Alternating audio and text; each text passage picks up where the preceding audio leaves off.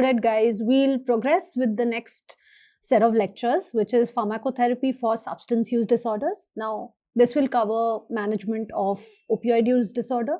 This will cover management of alcohol use disorder, as well as management of smoking. Alright, so the basic template for when we are going to talk about opioid use disorders and its management primarily is we are going to talk a little bit about the system. An expansion of explanation of the system will be mostly there in the neurobiology part of it. Then the history of this particular system, how the opioid use disorder has evolved from historical times to now. And then we are going to talk about the individual agents. Okay, their histories, their indications, their dynamics, their kinetics, relevant adverse effects, relevant interactions, and then we go on to the pharmacotherapy of alcohol use disorders. All right.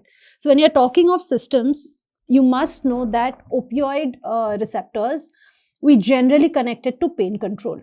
But you must also know that in light of recent evidence, we know that it's also very important with respect to social relatedness. Okay, how you relate to other people. So intimacy, mating, cues, along with analgesia. So analgesia is the one that we are usually comfortable with, but a whole host of other important functions in which it's implicated is also there. All right. So going on to the receptors, we have primarily 4 receptors: mu, kappa, delta, and nociceptin, and all of them are G protein coupled receptors. Now, I'm not going to go into too much details of mu1, mu2, and kappa, delta, the major effects of them, but it would help you to know that the mu receptor, its clinical ligand is clinical substrate is morphine, and that's why mu, and it's encoded by chromosome 6. Okay, it is divided into 2 kinds of receptors. There's mu1, mu2. Mu1 predominantly with analgesia and mood, and mu2 with the side effects, that is with the respiratory depression, constipation. All right, important. Then we go on to, so I'll keep erasing because our slides are limited in their space, so I'll keep erasing as I go on from one receptor to the next. Then we go on to the delta receptor. Okay, it was isolated from the vas deferens of the mouse, so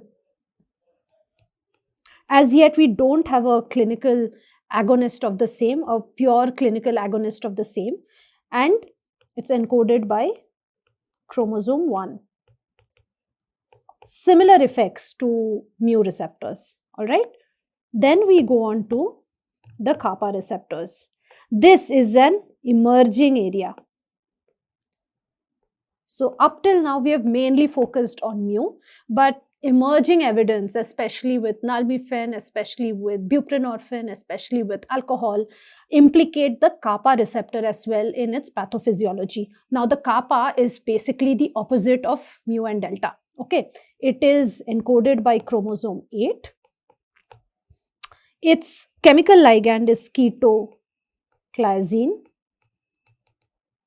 and its activation causes a lot of dysphoria.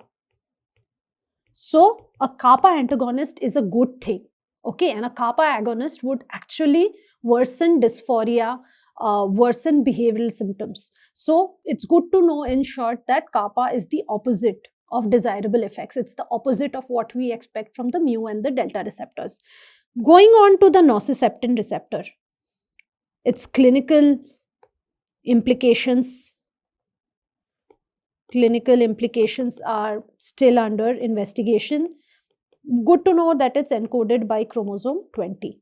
Okay, previously sigma receptor was also thought of as an opioid receptor, but right now we do know that it's not the case, and it's putatively another receptor that may in the future have some great clinical implications once our research kind of keeps abreast of it. Okay, going on to the introduction and the history of opioid use disorders, it's very fascinating of how opioids have shaped history. So since historical times, opioids have been noted to have analgesic properties, okay, antitussive properties, that is decrease in cough production, It's been used to calm crying children. It's been used as anesthesia during surgeries.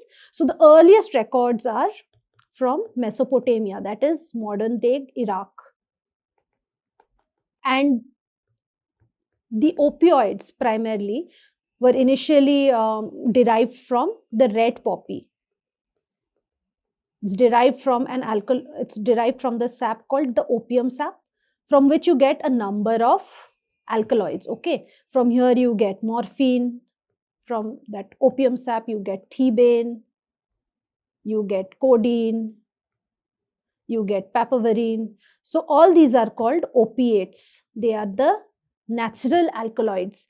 And opiates is also a term for the endogenous chemicals that act on the receptors. Okay, so opiates covers derivatives of the opium poppy, opium sap, as well as in some cases heroin is also considered a part of the opiate family.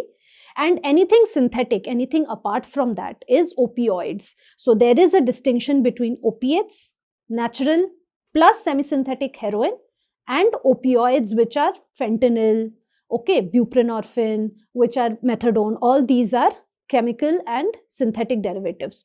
Okay, going back to Mesopotamia. So the opium plant, the red poppy, has a bright red color. It's called the hulgil or the joy plant. Okay, so this was in ancient Iraq. From there it went to Egypt. If you've heard of Tutankhamun, you know that he was an Egyptian ruler, and during his time it was used in a lot of surgeries. Then from here it migrated through the Silk Route. So we go back to 10th standard, 9th standard history. We talk of the Silk Route, which connected the Mediterranean countries to China, and from there to India. And so that is how the poppy traveled from the Middle Eastern region to the Eastern and the Southeastern region. All right. And in India, it took off in a big way. So during the British East India Company, opium cultivation was a big part of the trade, and the British, in place of kind of suppressing it, they capitalized on it. So what they did was they used and encouraged opium production, and they used to trade that with China. And in China, as a consequence, a number of people grew addicted to opium. This did not sit well with the Chinese emperors. They did not like their people getting addicted to opium, and because of that, 2 wars were fought called the Opium Wars. There are so many wonderful books which talk about these wars. So there's the first Opium War and the second Opium War. And both of these wars China lost. And as a result, whole host of these kind of narcotics, whole host of opioids were kind of introduced into China, and its people grew addicted. All right.